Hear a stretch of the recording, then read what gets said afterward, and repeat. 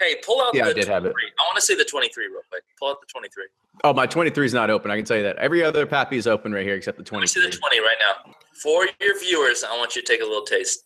Oh, you want me to? That's Straight from the bottle. Do it. Why not? See, this is the thing. So I was in fraternity in college, and I didn't do well with peer pressure. So I'll pretty much do anything that everybody cheers me on to do. So chug the whole bottle. Get it, yeah, boy. You brought a counterfeit bottle to my derby party. I did do that. That was before counterfeiting was cool, though.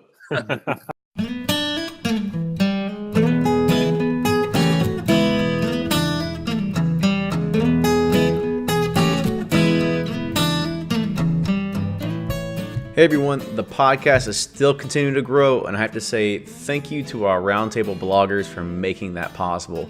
These guys do an incredible job of bringing good banter and even better information to the show. So make sure you're following Blake from Bourboner, Nick and Jordan from Breaking Bourbon, Carrie from Subourbia, and Brian from Sipp'n. This episode will feature a big reveal that happened in the secondary market. There's no closure to this story yet, but hopefully we'll talk about it at another episode at some point soon. This, of course, is done on a live stream, and we hit 120 followers at one point. It's a new record for us. And after we ended the show, lots of people stuck around, and some fun stuff took place. We all gave out bottle samples of bourbon to whoever could answer trivia questions, and it was a fun way to wrap it up. So catch the unedited footage on YouTube, and we're going to trickle them out through Facebook from time to time as well. Please remember to keep those iTunes reviews coming. I was able to read some new ones this week, and I was touched to see some of the kind remarks. Thank you to all those very much who have taken the time out to do that. Remember to tell all your friends about this podcast to help spread the bourbon love. We're looking for partnerships, and if you own a small business, a large business, or if you're part of a PR or marketing company that could use this podcast to get in front of 10,000 bourbon geeks per show, go to bourbonpursuit.com and click on the Partner With Us tab. For those who haven't checked out the new website yet, go there and you can sort all the podcasts by distillery, whiskey women, master distillers, and of course, the roundtables themselves. Enjoy this week's episode.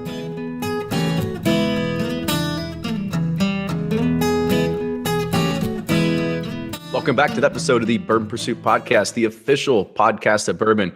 We have got the 9th edition of the Bourbon Community Roundtable. This is always a crowd favorite, and tonight we've got a good subject, I think, that is sort of timely.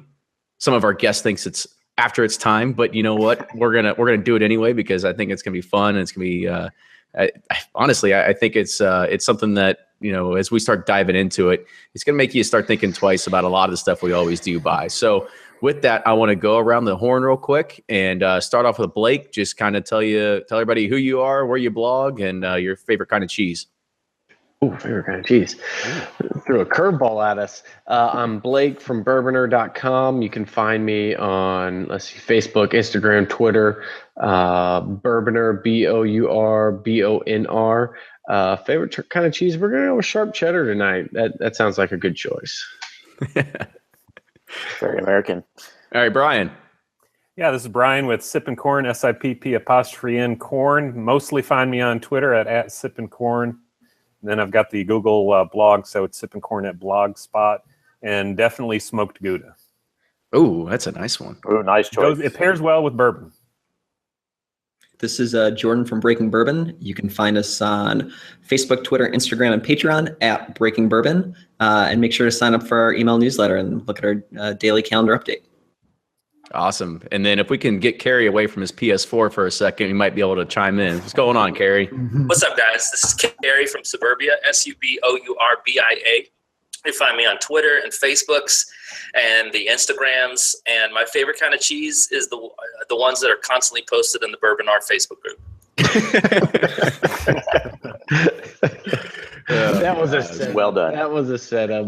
Yeah, we've been playing that one all night. Talking. Yeah. I actually forgot to do it.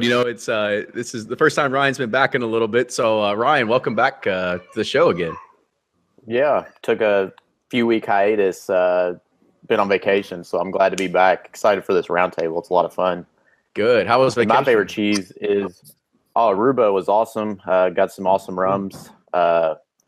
Gambled a lot, lost a lot, but had a great time. Typically how it goes. But Despite that, it was rum awesome. hunting is much easier in Aruba than bourbon hunting is here. So you didn't say your favorite kind of cheese as well before we get kicked off here. Velveeta. Velveeta, You can't beat that. man. Oh, Cheese product. I guess I'm just gonna go with pepper jack because like it's just good on everything for me. I don't know. So we want to kind of get this started, and we have one topic for tonight, and this one topic is a very, very big one. This kind of happened just a few weeks ago. So I've got my script here in front of me, and we're going to kind of go through this, and it's going to have a few different parts to it. So we're going to break this out into 3 different segments. So on June 14th, the bourbon internet broke, in my opinion. I remember going to bed. I looked at my phone. It was around probably about 11 p.m. And then I didn't put it down for almost an hour or two. It's just the comments just kept scrolling and scrolling. And as I said, this is kind of a long story here. So we're breaking down this into 3 parts. So here we go. Part 1. How it started. Brandon Priest, a longtime seller on the secondary market, admitted to buying empty bottles on eBay, refilling them, resealing them, and selling them as new. I'll let the people who did the sleuthing remain anonymous here, and we'll just refer to them here going forward as A&A. Brandon provided elaborate excuses, claiming he had bought a number of what he thought were real bottles from a man in Chicago, who, of course, was now unfindable, in 2 deals that went down in Indianapolis back in the January timeframe. After letting him toil over for a few days, A&A had all their direct evidence ready. It was presented to Brandon. A&A had his eBay account, the empties he bought, the photos of the same exact bottles that were now full and new, owned by his unsuspecting customers.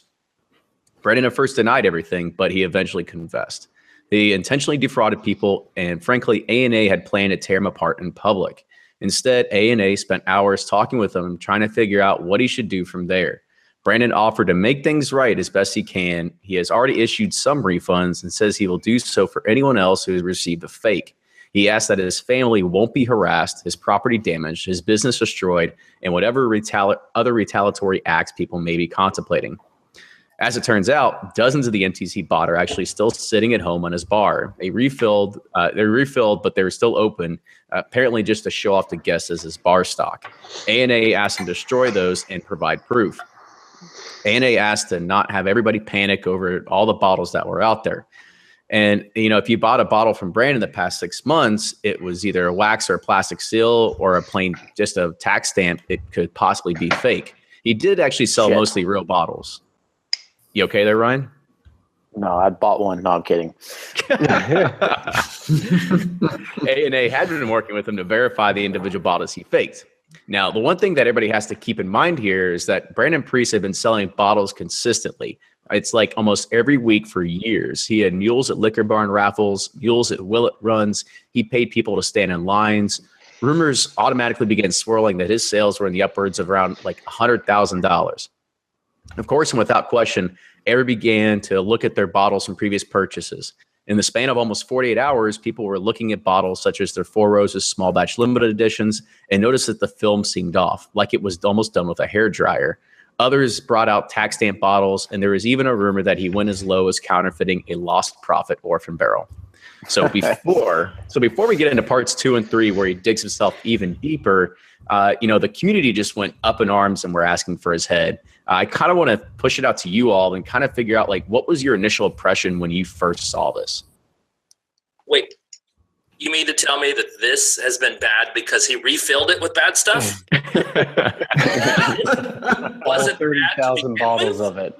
Yeah. Mm-hmm. He was busy. Oh man, I think my first impression was I'm surprised it took this long, quite honestly. Like truly, I realized that majority of people in the bourbon community are really good individuals, right? And I think everyone really is in it just for the game and love of bourbon, and no one wants to screw people over. But I mean, it's just a reality of modern day life. I'm really surprised it took this long for someone to try and game the system. And it's a shame. It's truly a shame. Well, Yeah. he's certainly not the first, though. No, I guess You're right. He's just the first. Right. I mean, when you buy something from a dude on it, I mean, it's buyer beware all the way around. Yeah. And that's, I think it was just like one of the most shocking, unsurprising things, if that makes sense, when we're talking about thousands of dollars and a lot of these things, if we're being realistic, I guess this is all allegedly, but allegedly he didn't do a good job faking these things, but they wouldn't be that hard to fake if you really look at some of the wax stuff and that kind of thing. So when we're talking about thousands of dollars and you have new drinkers coming into the market all the time who aren't, as savvy as some of the other guys, it's not surprising, but it is a little shocking to see it actually go down. If you've ever watched the Netflix Sour Grapes, Yeah. It's like rewatching that on a much smaller scale. But at the end of the day, yeah, it's just, it is shocking. I mean, I guess did anybody at one point think that like, nah, it can't be true? Like everybody's, I mean, he's been around forever. He's most of his bottles that he sold, which I mean, I can remember even if it was at Willett, when he made these runs, he would buy them. I mean, this was back when they were $10 a year. So $120 bottle. And he would sell them for like, I don't know, $180, $160. He was like the Walmart of bourbon, right? So it didn't seem like he was making a huge profit off it. It was more like he was doing off of volume. So I found it really odd that he was doing this. I almost kind of didn't believe it at first. So let me ask you this. Yeah. When you, on people who are consistently on secondary markets, like all of us who get bored at work and want something to do, you see sellers that always have expensive bottles. Always. I mean, they're, that every once in a while you can always predict they're going to have 6 or 7 in, or they're going to have some Old Turkey old bottles. And I've always said to myself, how do these guys get these bottles? How is it that they keep getting all of this Pappy, all of this antique, all of these old bottles, and at some point you think to yourself, like, is there a pipeline somewhere coming from another country? Is there somebody that's going to all these estate sales that we don't know about? Because I go to estate sales and I don't find anything but old little mannequins and stuff. Like these people, you start to wonder at some point, like, how do these guys consistently have this same really rare bourbon all the time? And I guess we found out how one guy did, right? Yeah. I guess I was a little surprised. I mean, I watched Sour Grapes, and when I watched it, I was like, man, this is probably going on in the bourbon world, but bourbon prices aren't as expensive as like the wine. So it's like for a few $100s or $1,000 to do this whole faking and buying ball. I was just like, man, that's just got to be a lot of work that I would not do, but I'm lazy. So I was just surprised. I think I was more nervous about his initial statement, which was he bought them from a guy in Chicago. Just so happens that back in January, I bought a bunch of old dusty bottles from a guy in Chicago. So I'm thinking, oh, no, you've got to be kidding me. So maybe I was a little more relieved whenever it came out it was actually true. But I don't know that I was all that shocked. I guess I'm not that engrossed in the secondary market to really, like, I knew his name, but I don't think I was in those total wine points. People. What's that? You got all those total wine points that we right. Can get. Yeah. I mean, I'm like a modern day bourbon king where like I got all the beam and all that kind of stuff. But for the antique stuff, I just I don't know. I knew his name, but I didn't know how much he sold until everything went down. I mean, we always knew he sold stuff because the odd thing is he doesn't drink, right? I guess maybe that should just be like a, I don't know, red flag, maybe. Like yeah, he's not in it to drink. He's in it to make a profit. Like that was his whole thing. That was his MO from the very beginning, right? So I guess that kind of goes back into part of why it went this far, right?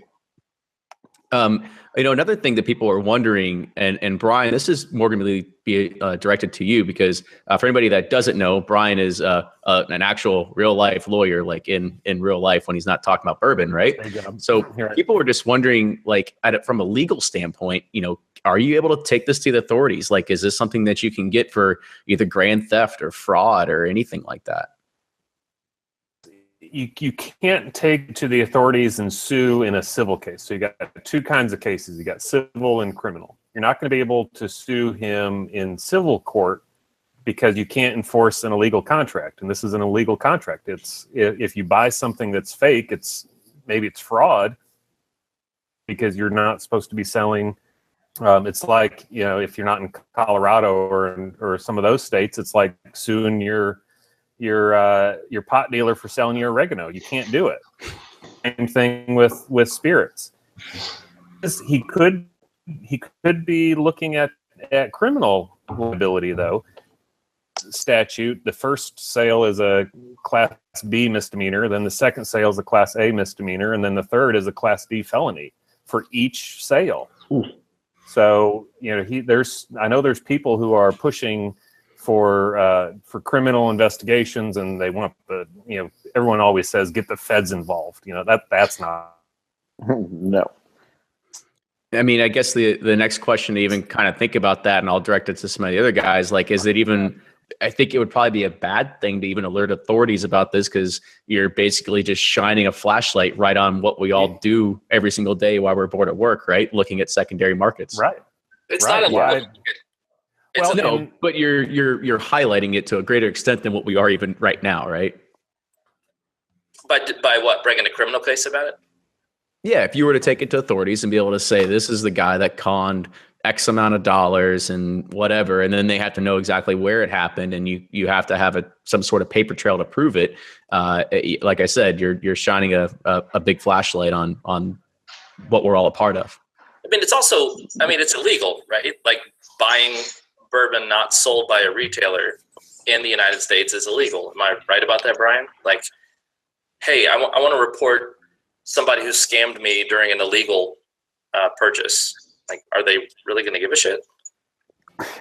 Exactly. You can't, you're not going to do, one, you're not going to do that. Two, you can't sue on it because it's first place. Yeah. So Catch-22 said, what about fraud as a collectible item, but not necessarily the bourbon itself? I mean, That's fair. Basically, you see that on Craigslist ads today, right? It says sold for, collectible only, not for the contents inside. Hold on, y'all are drinking this stuff? I thought it was all collectible bottles we were talking about. It is. all these are sealed behind me, right? It's the artwork on the bottle. It's like your wreath in the background. They're all accessories. Yeah, I think Jordan, in your post from a year ago, had that good piece with. I think I'm not sure if he's what post, if he's referring to our the write-up that we did on the bourbon secondary market solution, which touches upon just the whole nature of a solution, but also like the current market that we're dealing with. Maybe, I don't know, but I think just wrapping it back to the conversation, my personal opinion, I don't think when people are worried about reporting to the authorities, I think collectively everyone involved in the secondary market isn't so much afraid of getting in trouble. I think it's the fact that they're worried that their form for selling bottles will get shut down, right? Because let's be real, this isn't going to stop anyone. People are going to keep doing it. They're just trying to figure out what's the easiest way for them to do it on, right? No matter what medium it is. So I think that's what everyone's really worried about. Not getting in trouble, just losing their quick source to flipping bottles. I think there'll always be a source. Yeah, for sure. They can close one. There'll always be a source. And so here's another thing with it, right? If you looked at his Facebook profile and you kind of, I was quote unquote friends with him on Facebook because I had actually bought bottles off him before. But here's the thing. I mean, it didn't look like he needed money, right? He's here from in Louisville. He has a great job. He's a real estate broker. He has pictures from him being at courtside games, multiple Super Bowls, drove a really nice car. Like, what gives? Like, what's the point? I mean, do you think it was just greed at this point? I mean, I'd just say about that, and Jordan can probably jump into, sometimes the guys who pull up in the nicest cars, you get to their tax return and you say, maybe they shouldn't be driving that car. So just from seeing the inside of people's finances, it's not always the guy with the flashy stuff who actually has the money. The saying goes, if you have to say it, it's probably not true. So if you're signaling to everyone how rich and luxurious your life is, maybe it is, maybe it isn't. So I don't know. I feel like that's a slippery slope too. Maybe you have a few good years, then all of a sudden things are getting tight. So you sell some fake bottles, allegedly.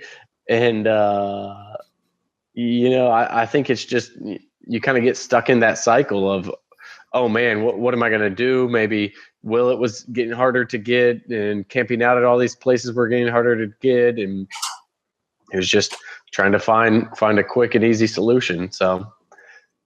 Yeah, Michael, for sure. I think go ahead. Go ahead. Now, I would say Michael Barnes said maybe bourbon isn't the only thing he's scamming at this point. Yeah, you never know. For sure. So Jordan, what I'm are not you buying a going to house say? from him. I was just gonna say it's one of those things too. For some people, it's just never enough, right? Like it doesn't matter how much they have; they always just want more, right? So whether he was flashy with no substance behind it, or maybe he actually did have it, and he was just caught up, and to him it was the game, right? That was what he got off on, just getting more and more and more, no matter the cost. That's the crappy thing, because self-doubt, and like everyone else is selling bourbon now, everyone has self-doubt about it. It's a crappy thing to inject into the system. I agree. Go ahead, Ron. About well, with the new state law that passed here that liquor stores bars and restaurants can buy vintage, to sell at bars and stuff. When they do those transactions, are those legal, or through those secondary markets, or and how much more is this going to incentivize the fake? Yeah, unless I'm going to get choppy again here. So that just the Kentucky vintage law statute just passed, and they're working on the regulations for it to define what's vintage. Is vintage because you can't get it now, or is it from the real Old Taylor distillery? Does it have to be discontinued in that way? So they're still working on that, but it's going to be up to those retailers who buy to verify buying something legitimate. And that's actually, I posted about a year ago when my proposal to have the clearinghouse where you give that kind of license to the retailer to make sure you've got something authentic. So I think that's essentially what's going to happen. I mean, that opens up the secondary market, and it gives us some assurances legitimate instead of buying from some guy on the internet. Yeah, I mean, I guess as you said, I don't know if the vintage law, all those pieces to it have been evaluated yet. That says what is. I mean, how are you going to determine if the bottle is real or not? Or do you have to bring a piece of paper that has the genealogy of the bottle from past history of transactions, right? Like, I don't know what that's going to look like. And honestly, I think when this whole thing went down, don't get me wrong, there's already bar owners here in Louisville that are buying up stocks. I mean, they are going nuts right now in secondary markets and buying absolutely everything they get their hands on because they know prices are going to go up. There's a few names that you'll see in the forums every single day, and they buy things by the truckload because they know that they're going to have a full bar of stuff that they can be able to sell here in the next year or two at a considerable premium as well. So it is definitely going to be on them to do their due diligence of being able to figure out what does it mean to be able to, is this bottle real or not? So that there definitely is a big if there, right? Yeah. So like, when you go to Jack Rose, do you trust that what they're serving you is real? And I think the answer is going to be yes. They've got a trusted name. You go there and there's 27,000 bottles. What the number is, and retailers start up under the vintage law, and as bars stock up, it's going to be a trust game. And as soon as there's any sniff that they're selling you in a Pappy 20 bottle, then they're done. I mean, what this shows is that the bourbon community is quick to react.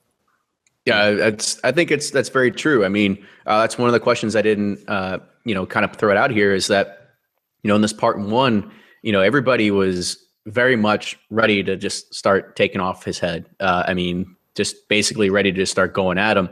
However, the people who did the sleuthing asked people to just hold still for a little bit, like, let us figure this out. I mean, would you have been level-headed enough to be able to do that? Or would you just said, I got screwed, fuck this, like, let's tear them apart? Because there's a lot of idiots out there. Like, let's be honest, right? Like, there's more people in these secondary markets than there are, I guess you can say the intelligent people enough that would be able to have a level head to be able to do it. Wait, what's the question again? I mean, would you have had a level head? Karen just knocked out a quick mile on the treadmill in the background, so he here's the last question. Somebody said I had third world internet, so I had to put a switch and a router and get a wire over here. So doing some IT work. Anyway. Well, welcome back. And by the way, we should also just go ahead and give ourselves a pat on the back. We have just eclipsed 116 viewers, so we have finally beaten 100 viewers live on the round. I want to thank every member of my family who tuned in. All 116 of them. Yeah. All right, so back one more question. I'll throw this in a different direction. So there's something, some of these forums, they have a rule in place that after you sell something that you can't delete a post. However, his were always deleted.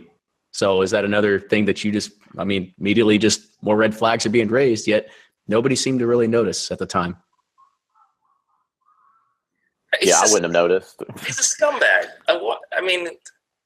Like, he scammed people. He knew he scammed people. He's gotten off the hook. He's written a formal letter of apology for it. But if he hadn't been caught, he would have kept doing it. So I don't know why people are even paying him attention. Don't buy from him again. He's a scumbag. He'll always be a scumbag. I mean, no offense to him personally. Any random person. I mean that in a general sense of anybody who feels the need to scam people in any kind of way.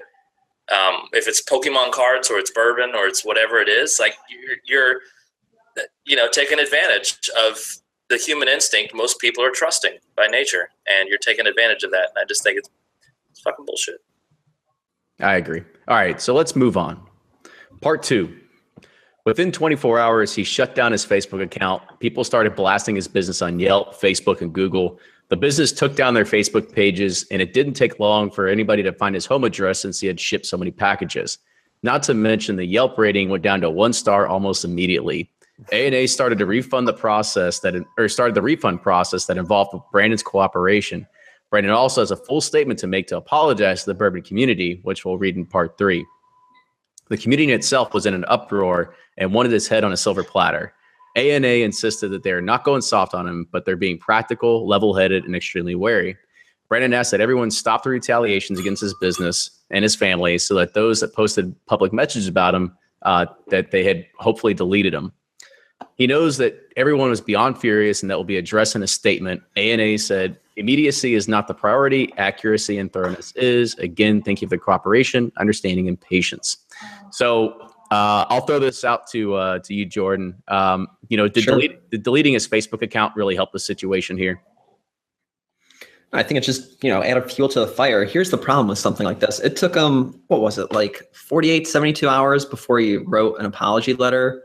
And even then, when you read, if you're going to read parts of that letter in part 3, it doesn't, at least to me when I read it, doesn't come across as super sincere, right? He still deflects a lot of I didn't do too many bottles. Don't worry. Most of them are at my house. I destroyed the other ones. And it's just take my word. Trust me again.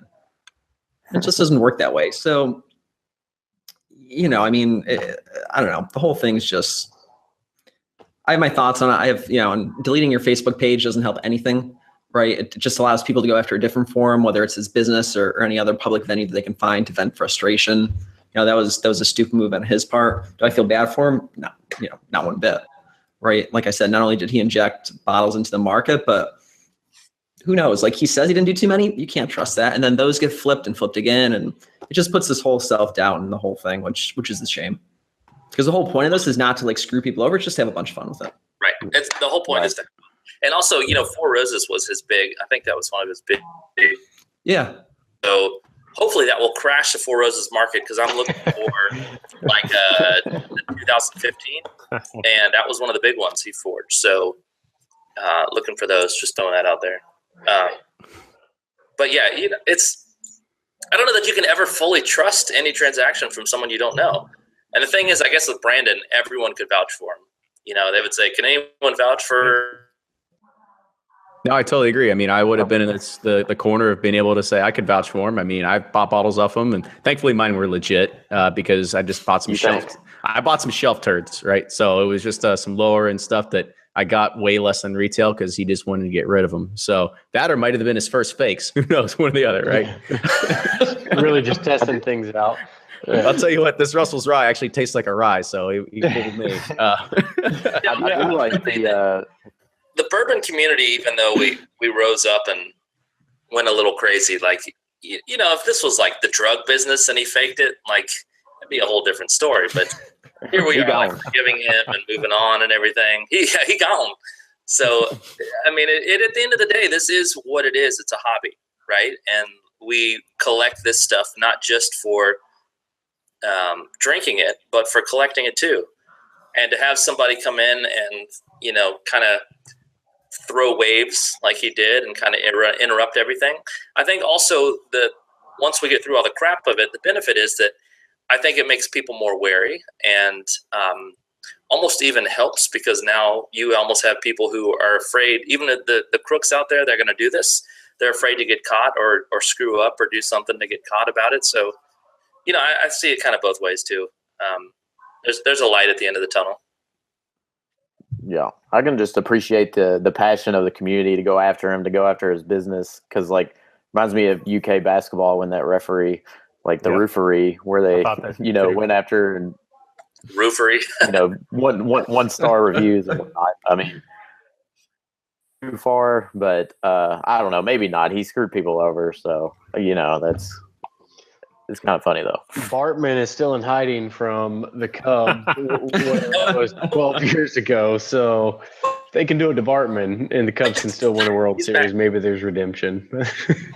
No, even if he deletes his Facebook, does all this stuff, what's it really matter?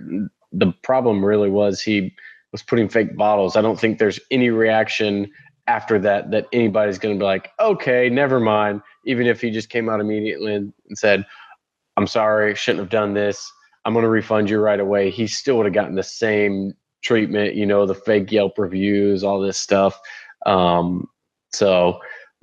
He really kind of buried himself with the fake bottles, and anything after that, just we can kind of critique, but that was really the end of it, once it was proven that he was faking and scamming people. Well, I'll kind of retort back to that and kind of throw another question back to you there, Blake, because he's the one sitting there making all the demands of saying, like, don't tear apart my family, don't tear apart my business, like they're innocent and all this.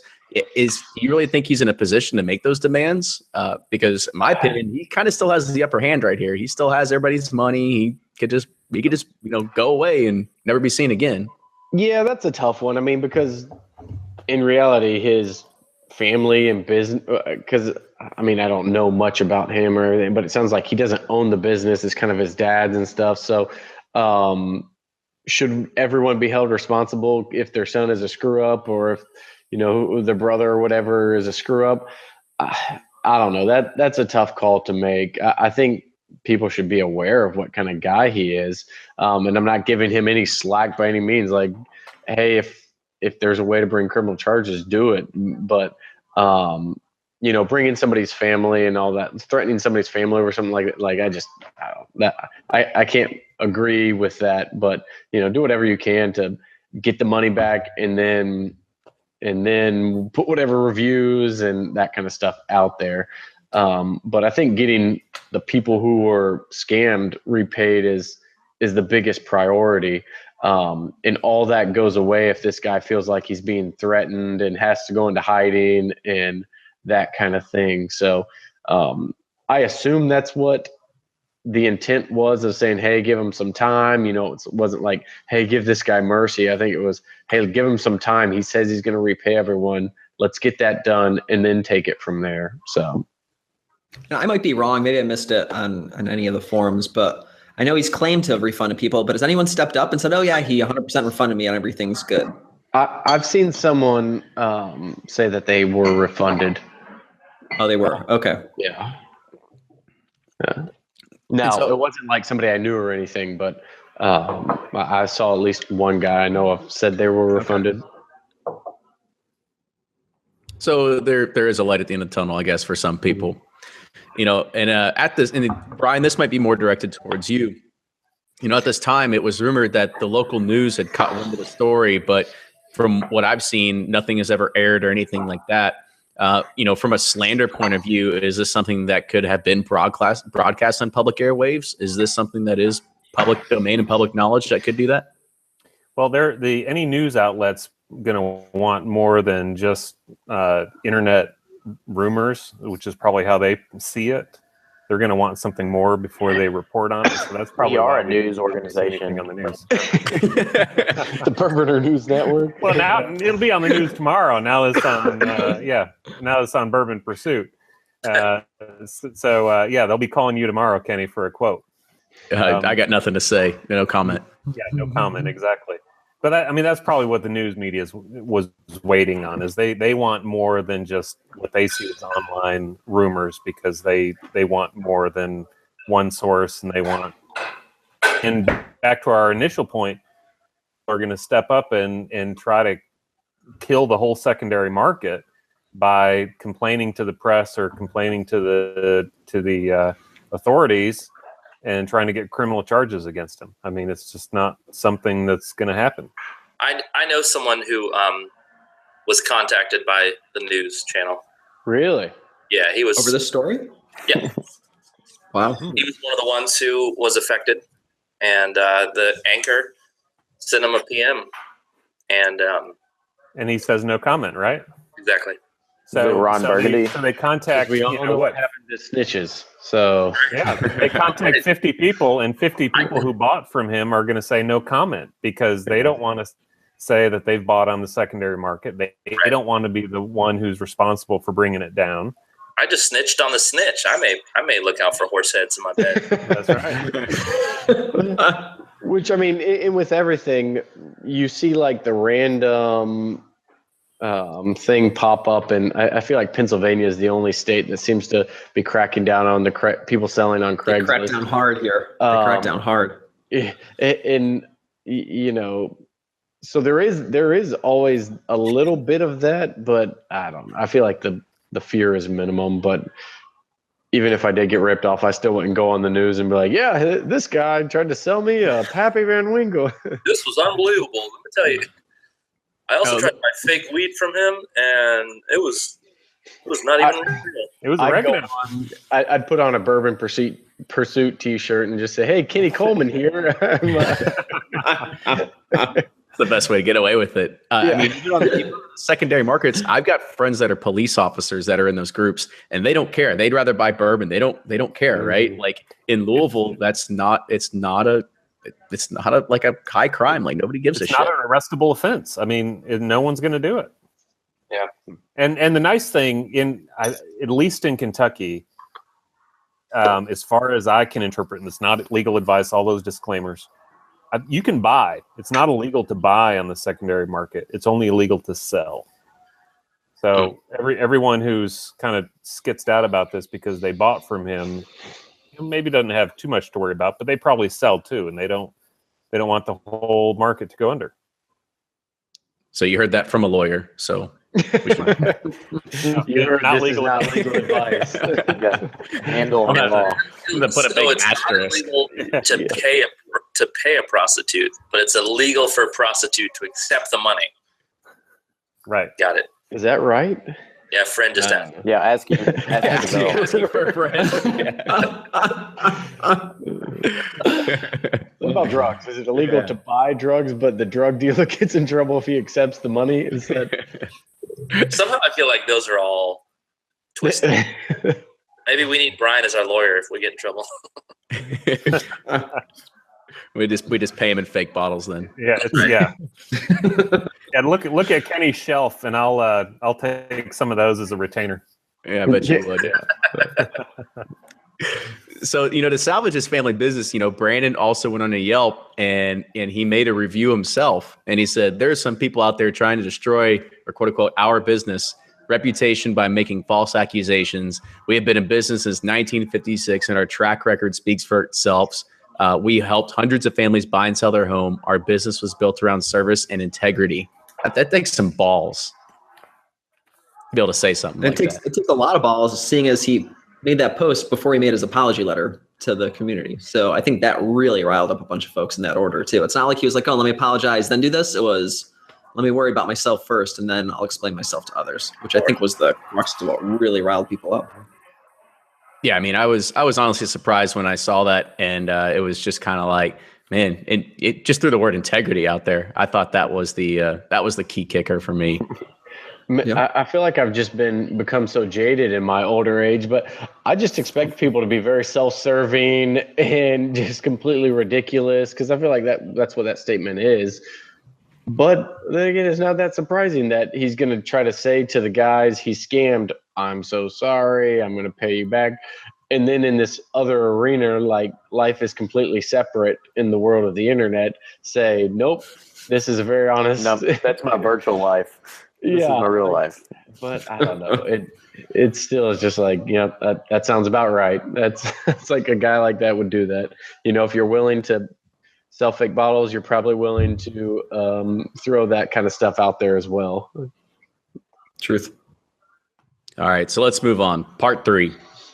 Brandon releases his statement. A&A says Brandon's statement is entirely him. What you see here that I'm about to say is entirely A&A. A&A presented the facts, not passing judgment or offering opinion, so please recognize that as such. A&A is not representing Brandon. A&A is trying to track down fakes and get restitution to those who were defrauded. A&A isn't the law of the government. A&A did this for the benefit of the community and because of their interest and expertise in counterfeit and collectible whiskey. Brandon has so far refunded 9 people at this time since this was uncovered and is working on the 10th to agree a payment for a larger multi-bottle purchase. A&A can confirm that Brandon is working to repay off all those who receive fakes. He has to pull together finances. His restitution to all those received fakes truly does seem to be his goal and achievable, though it may take some time. That is A&A's feeling at this time. A team was assembled to review the fakes, and the team is highly regarded in the community for knowing vintage bottles, and restitution comes directly from Brandon. At this point, A&A has confirmed about 30 fakes, 24 were traded and sold, and 6 were at his home, quote-unquote, sealed. Another couple or dozen so open bottles, refilled but not resealed, were also on display as stock on his home bar. He also bought a small number of red and green tax strips. So they estimate the total fakes is estimated around 16,000. And they figured it may rise to around 18 to 20,000. The number of victims is around 20, which also may rise by a few. The uncertainty is because Brandon is often inexact and hard to pin down on details. He has been cooperative, yet sometimes evasive or unavailable. A&A did not suspect this was of a significant larger scale. To help identify fakes and empties and refills, A&A's MO commonly included Brandon asking questions that he already knew the answer to. For instance, when Brandon first sent us a statement, it claimed he didn't fake anything prior to 2017. However, A&A knew this to be untrue, although the vast majority of his fakes were made in 2017. When A&A finally confronted that untruth with evidence to the contrary, Brandon revised the not before date to November 2016. A&A confirms that Brandon was buying empties on eBay as early as November 2016. At this point, no evidence has presented itself that he made fakes prior to then. I think this gets where it's a little funny in my opinion. Brandon destroyed the open, quote-unquote, fake drinker bottles he still had. He had provided before the pictures as well as a video of him smashing them. Since A&A recognized this as a dangerous task, they reminded Brandon to wear protective gear, gloves, thick clothing, eye protection, etc. Brandon chose to wear no protection, ended up in urgent care with injuries to his hand and foot. This included an example of one of the many challenges that caused continued delays and frustrations. A&A concludes they are not here to let him off easy. They are trying to keep this away from law enforcement. They've asked for your patience and cooperation. It has been a very difficult and intensive process. Here's Brandon's statement. I want to formally apologize to everyone affiliated with these groups. This was without a doubt the dumbest thing I've ever done in my life, and it's something I've had to learn and live with. I understand that admitting my faults and working to make each one right will never be good enough. With the exception of my brother's death, this is the hardest thing I've ever had to go through in my life. Many innocent people that I'm close to are now being negatively affected by this. I would ask that the people focus their hate on me instead of my family or businesses I'm associated with. The problem I'm faced with now is that I was a very active seller in these groups for the past couple of years. I checked my FedEx account and I shipped over 1,200 packages in 24 months. 77% of these packages had more than one bottle. Now, everyone I sold to thinks they received a fake bottle, and I completely understand why. 98.6% of everything I sold was real. I'm hoping that the people will soon to see that. I hope people will soon to see that to be true. What I did was wrong, and by no means am I trying to justify my actions to this message. I've worked with others to confirm fake bottles with whom they went along with a plan and how they will be paid back. I have destroyed any fake bottles I had in my possession. The list of fake bottles isn't nearly as long as you may think. Some of you have already received refunds, and others have been in contact with and committed to a date in which they will receive their refund.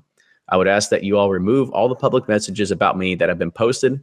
People are posting negative remarks about my company all across the internet. Doing this affects too many innocent people. I know that you want to destroy me, and reading this message may make you want to hate me even more. For me to be accused of selling tens of thousands of dollars of fake bourbon is crazy. I have seen some reviews where I'm being accused of selling hundreds of thousands of dollars in fake bourbon. I would like to apologize for my Yelp post. I was trying to defend the business itself and not my actions. I can see how that would have been misinterpreted. I have removed that post. Telling the truth comes with many consequences, which I'm fully prepared to accept. However, the situation has snowballed and has gotten extremely out of proportion. I've had countless threats, mainly from people that I did nothing to. The few guys that were directly impacted by this have been most forgiving. I've never really been a religious man, but this has made me look to God as I don't know what else to do. I'm praying every day and hoping that people will view me now for how I handled this as opposed to what I have done. To the guys that did receive fake bottles, I want to assure you that I will make this right. There are no words that can explain how bad I feel about this. I will not do any good to post factors that led to me doing this. The bottom line is it was wrong. I built a lot of good relationships. This keyword right here is a lot because he spells it A-L-L-O-T over the past few years with, again, A-L-L-O-T, a lot of you. And now those relationships have been destroyed. For me, that's my biggest loss. Many of you defended me in the time of need, and I let each and every one of you down. This, most of all, is having a hard time dealing with. The guys in these groups share a special bond that I can't describe. It was a bond that made these groups so enjoyable to be part of over the last few years. I could have easily denied all these allegations and just disappeared. But in order for me to clear my conscience, I have to make this right. There is no doubt that the biggest mistake I've ever had to fix in my life. I want to emphasize that I'm going to complete the refund process. I want this over, and I couldn't imagine how bad it would be if I could say I could send refunds and I didn't come through. If I didn't plan on paying anyone back, I wouldn't even bother responding to the messages I received. I wouldn't bother cooperating in general. I just want to make that clear. My goal is to have 100% of refunds completed by the 4th of July. So just to clarify, there's no confusion. I've already refunded 10 guys. The remaining few will get the refunds by next Friday. I have a plan in place to make that happen. In closing, I hope people use this as an example of what not to do. I really enjoyed getting to know many of you and will miss being a part of the community. You'll never see me in the years to come to sell another bottle of bourbon. In the hours that followed, there was a new 5-star review on Yelp by Cliff B saying that the negative reviews are the furthest thing from the truth. Brandon is a very respected agent. Looks like to me a bunch of drunk bourbon members have spent too much time in their hands. And I speak for a lot of people, A-L-L-O-T, when I say that you will always have our respect. This was easily the most ousted fake review because it was just easily be able to see in his Brandon because he just can't spell the word a lot. And then the memes just continue from there. So that's actually the word all it. It's a Western Kentucky dialect. How do you spell a lot? That's deserves applause. Can everybody just give him applause real quick? Oh man, I feel like I was back in the classroom right there, right? It was like with Bernie. So I'm going to make a kid's story, and it's called the Brandon Priest story, and it's just his speech, and I'm going to read it to my kids when I want them to go to bed. It's a giant bunch of bullshit intended to put someone to sleep. Okay? Let's just go ahead and publish it. Thank you, Brandon, for giving me the source to put my kids to sleep. A complete pile of bullshit. You're a crook. You scammed people. Fuck you. And that's it. That's all I have to say. So we could tell that Carrie didn't think this was sincere at all. Did anybody get the slightest amount of sincerity out of it? No, None it's just whatsoever. like Rick Pitino when he goes and blabs about all his shit. It's like you can't. It's like one ear out the other. You don't listen to it. It's all fake. Yeah. Go ahead, Jordan. I was going to say, so you know what actually jumps out? One, I do think the letter's bullshit, and some of the comments in the chat, I think the same thing. He shipped, Travis Roberts shipped 50 packages per month for 2 consecutive years, and he's only claiming, less than 1% were fake. But I think what jumps out at me is the fact that he admits, if I was him, I wouldn't be so afraid that I rip people. People want to have his head and report him for selling fake bourbons, but he flat out admits to shipping 1,200 packages of alcohol, most likely across all our state lines. Which to me, is he freaking? I knew he was crazy, but that's just absurd. That's the thing I'd be scared about saying out loud to anyone. And there he goes. He's not the brightest guy in town. That's exhibit just A, ridiculous. Right? I mean, it's ridiculous. exhibit A, B, C, and D right there. Except it was in the form of some sort of text document in one of these forums that was posted by A&A, right? So that's true too. Well, but yeah. So that's hard to pin down. So I mean, what do you guys think the verdict is here, right? That they're really only looking at 16 to 20,000.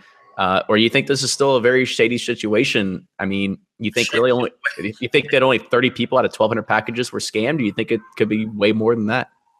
I mean, it's hard to say because, you don't know what happened with the real investigation. Did they say, hey, here's the fake or the empty bottles we know you bought, and so these had to be fake? And he said, okay, yeah, those are the fake ones, nothing else. Or those were just the ones he was caught with. So my guess is it has to be a lot more. I don't think you just all of a sudden, I mean, maybe the community just got lucky and caught him at the very beginning. It is a pretty closely knit and intelligent community. So, maybe we got lucky with that one and dodged a bullet that it's not like 2019 and it's been going on for 2 years. And I don't know. If I had to bet, I'd say there's a lot more out there that is fake and he's just trying to get away with them. Yeah, I would agree too. I don't think the math and the ratio it evens out. I think that there's probably way more that there could have been. I hope that you're right, that this was caught at the very tip of it and hasn't been going on for longer than that. It also kind of makes me think that there's you guys have mentioned sour grapes a few times and how that's a very a more sophisticated operation. You think that if he was going to be doing this and thinking of doing it longer term, he may would have tried to make them like much better fakes, like more legit, right? Because it seems that as soon as people started looking at him, all of a sudden people were noticing all these little consistencies, like the Four Roses film, like not being completely tight against the bottle, and had all these kind of creases in it, right? So there's a lot of things that he kind of slipped up on himself and was more or less just not being careful about it. Yeah, I'd say there's a lot more because there's probably a lot of buyers that are like me who don't investigate the bottles and look at the strips and the packaging, and I just open it and I drink it, and that's so there's probably a lot more. I think another thing to keep in mind too is, and it kind of reiterates the fact that a lot of people have local groups. Like for me, living in Atlanta, there's a large group of people in Atlanta. I'm sure there's people in Kentucky and elsewhere who have local groups. It's always smarter to trade locally, especially when there's somebody locally that has a reputation for being an honest person. It just, when you're in a group that has 18,000 people in it, or where you're on eBay or wherever that group is, and you're trading with that many people, there's bound to be some bad fish in there. But if you stick to local, when there are big purchases that you want to make or you need to offload, I always go local first if I can, because I know people, I build relationships. People who may buy those bottles, they say, hey, come on over and drink them, open them up. I mean, I don't sell bottles. Clearly that's illegal, but like friends of mine who do that kind of stuff, they do it locally. And you can slash their tires because they're local to you if you found out something's wrong with it, right? Right, exactly. Also, can I just add real quick, Kenny, what's wrong with Sazerac and Eagle Rare 17? because they're not open back there. Do you have a problem with those two? I'll clearly take them from you. I did that on purpose because I knew you'd look at it and you get your mouth watering the entire time. This makes me mad. It's because I haven't been over there yet in a while. Yeah. Open them. Every time Ryan comes over to my house, I end up losing like $1,500. Well, $1,500 secondary value. Yeah, exactly. Trade value. So trade value. So one last question I kind of want to throw at you guys here. So once the payments are done and restitution's complete, what happens? Are the floodgates open at that point? Like, do you think that people are just going to let it go, or do you think it's, as Brandon said, most of the people that have been rude to him aren't even the people that he scammed. It's just people that just they want to. I don't know. They just want to put their nose in some other people's business. So, kind of like us. Yeah. Well, yeah, but no. I mean, don't get me wrong. We're not sitting there like we're not casting the first stone. Yeah, we're not casting any stones, right? We're just kind of putting the facts and kind of telling the story of what's out there, right? So, I mean, what happens at this point? Do you think people are gonna be level-headed and let it slide and say, well, I hope this doesn't happen again, even though we think it probably will, but or do you think people are just gonna go haywire and I know there's websites where you can send boxes of shit to people's doorsteps. I mean, the internet is really known for its level-headedness and grace and mercy. So I have a feeling it's going to work out well for them. You ready for this? I would bet you that of online, I would say 70% of people who are in secondary markets still have no idea who this person is. And therefore, if this person posted a bottle in said secondary market without anybody else saying anything, they would still purchase. Because people, I think, more than not, look at what's being sold as opposed to who the person is. They just don't care, or they just don't know. Yeah, or he could do a different name without a fake name. Yeah, he does it in his own name, and you think he still does it, Kerry? I think that so many people aren't that closely tied to it that still don't know who he is or what he did. Wow. I would say a majority still don't. I mean, it was in a few select, kind of places. So I can understand where there is a large majority who may not know, but I don't know. I think the contrary. I think most people that are in this, or maybe that, I guess you could say that are whiskey geeks or like have nothing better to do with their life except focus around bourbon. They're the ones that all know about it, right? So true. I mean, like everyone listening in knows about it, but I'm talking about all the people on Bourbon Art. Yeah. Hey, we just did 106 viewers. I mean, who else needs to know about it other than these 126 people? That's all there is. Yeah. Yeah. I'll tell you what, for me, that last sentence for me was great because that's one less person in Louisville have to worry about getting a bottle in front of me. So yeah. There you go.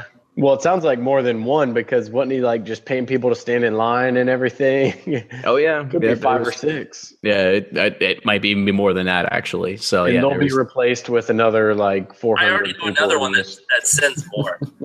So you're screwed over there in Kentucky, while over here on the East Coast we're just sitting back like this, just living life, right? Am I right? We've been through picking up SAS 18s left and right for you.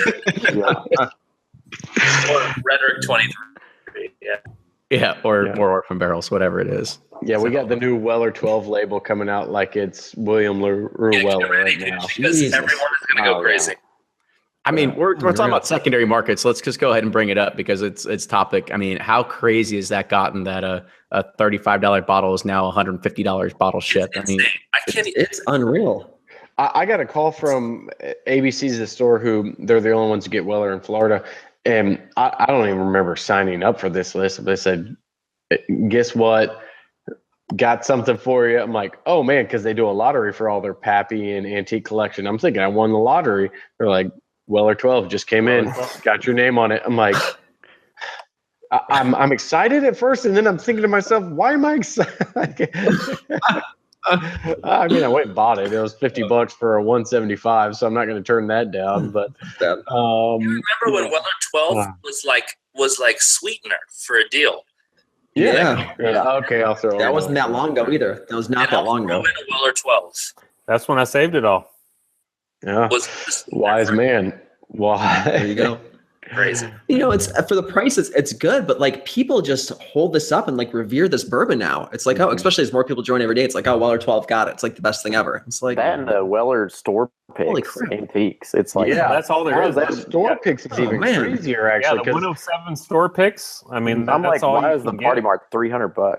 Fuck that. What? Yeah. Yeah. Yeah, you pay to get something engraved on it, man. That blows it up. It's 7 year. It is 7-year Weller. It's just a little higher proof. I don't care how cool the red label is. It is still 7-year Weller Special Reserve that you pass over. But have you seen the new labels? They come with a metal screw cap instead. I mean, they're pretty labels. I fall for it. I mean, it's cool, but come on. Yeah, I knew just by that small label change. The Weller's probably they knew what they were doing. It's probably going to be 300 next year at this time or something crazy like that. But how much is the old label worth now? Fred Minnick that's what I'm thinking. So I'm moving on to rum. Fred Minnick knows what's up, right? I mean, but yeah. So has the old label, is that worth more? Is that what Reed is doing with changing the label every month? The Nobody's selling the old label. I'm holding on to a bunch of it. I heard there's a guy in Louisville selling it. I've got one I got to refill here. I know a guy. He can get you a bottle. Yeah. Well, awesome. I kind of want to close it out there. I think this is a pretty good discussion. I want to say thank you all again for coming on the show tonight. This was fun. I did a lot of reading from a script, but I think it was a way to kind of frame the story and ask the questions as we go along. So thank you everybody for bearing with me along with that. And so Ryan, what'd you think, man? Good night. Yeah, it was like an interesting dateline, kind of following along. Like we needed Lester Holt here to kind of guide us through. Yeah. No, I thought it was awesome. I mean, yeah. The Chris Hansen. It's a shame it happened, but we knew it was going to. This was a Chris Hansen bourbon story. Yeah. A predator was caught. All right, so go around the horn and go around the table one more time. Give everybody an idea of where you blog and where you talk at. Blake, you're up. I'll go again. Okay. Blake from Bourboner.com. Again, you can find me at pretty much any social media outlet, Twitter, Facebook, Instagram. I have like one video up on YouTube, so if you want to subscribe there as well, you can do that. It's BOURBONR.com. And corn, and the non-paid product placement is an Elijah Craig 12-year at 91 proof. And yes, that says Old Pogue on it. I was going to say, how much have you been drinking tonight, Brian? That's the wrong bottle. It's sourced from Bardstown. It's a 12-year 91. I thought his internet was choppy, but it's him. I'm choppy. So it's still sourced, and it's $110 for an Elijah Craig 12. Guys, it was Old Pogu. Okay. Yeah. So Sipp'n Corn, SIPP''N Corn. Find me on Twitter and Blogspot. Cheers, guys. Cheers, my man. Cheers. This is Jordan from Breaking Bourbon. You can find us on Facebook, Twitter, Instagram, and Patreon at Breaking Bourbon. And check out the site for the latest release calendars and reviews. All right. So first of all, let me start with Breaking Bourbon. The Patreon sounds awesome. I saw the list today. Thank you. If you have not signed up for that Patreon, I would definitely, because I am going to total impartial outsider. I would sign up for that to get that release calendar. The amount of work we appreciate it. That Thank you. Is awesome, and I would love to be the first to get that. So that's awesome. Blake, love you as always, man. I love the Christmas tree in your background. That's awesome. Afro. Brian, Sipp'n Corn, your information that you provide is invaluable, and we love you for that. Thank you, buddy. Thank you. And Kenny and Brian, you guys are cool. We try. Thanks, man. Ryan, and I just wish you would drink more Eagle Rare and Sazerac. And this is Carrie from Subourbia, Subourbia. I'm, to the man named Mr. Priest out there, I may have said some mean things about you tonight, but listen, I am all for. No, you're a crook. Fuck you. Don't ever do that again. And I'm out.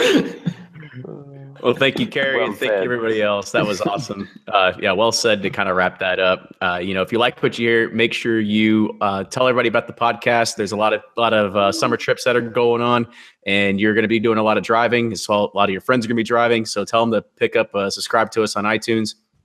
This is, of course, another video podcast, so you can be able to watch this after it's all nice and cut and edited on Facebook. So make sure you follow us on Facebook as well. And we'll be pushing out all kinds of good pictures and stuff like that on Twitter and Instagram. So, of course, follow us on those great social media channels. With that, Ryan, close us out, man.